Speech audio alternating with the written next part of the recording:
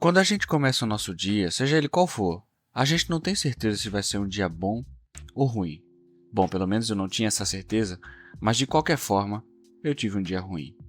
Depois do sangue esfriar, no dia seguinte eu analisei o dia que eu passei e na verdade me dei conta de que ele não foi assim tão ruim. Eu tive só um problema no meu dia e nem foi tão grave assim. Acho que eu exagerei. Engraçado que quando eu pensei no exagero em si, logo me veio na cabeça aquela expressão, tempestade em copo d'água.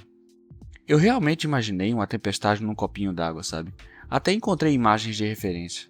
A ideia de colocar uma coisa enorme dentro de um objeto muito pequeno para exemplificar o exagero para mim é genial, até bastante surreal. Queria saber quem foi que teve essa ideia. A expressão tem uma conotação negativa de transformar uma coisa que não é assim tão ruim em uma coisa horrível, um problema pequeno num problema enorme.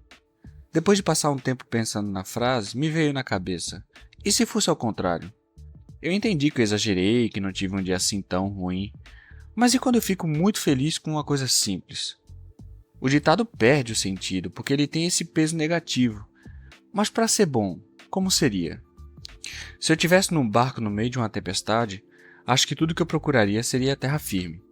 E se você está no mar com tudo escuro por causa da tempestade, acredito que o maior sinal de terra firme seria um farol iluminando a direção. Mas colocar um farol dentro de um copo não fez muito sentido na minha cabeça.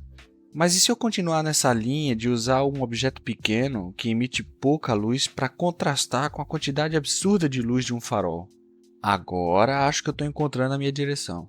E se eu colocasse um farol dentro de uma dessas lamparinas antigas? O exagero é proporcional e a luz quase sempre representa uma coisa boa. A luz no fim do túnel, a tempestade num copo d'água, o copo d'água numa tempestade.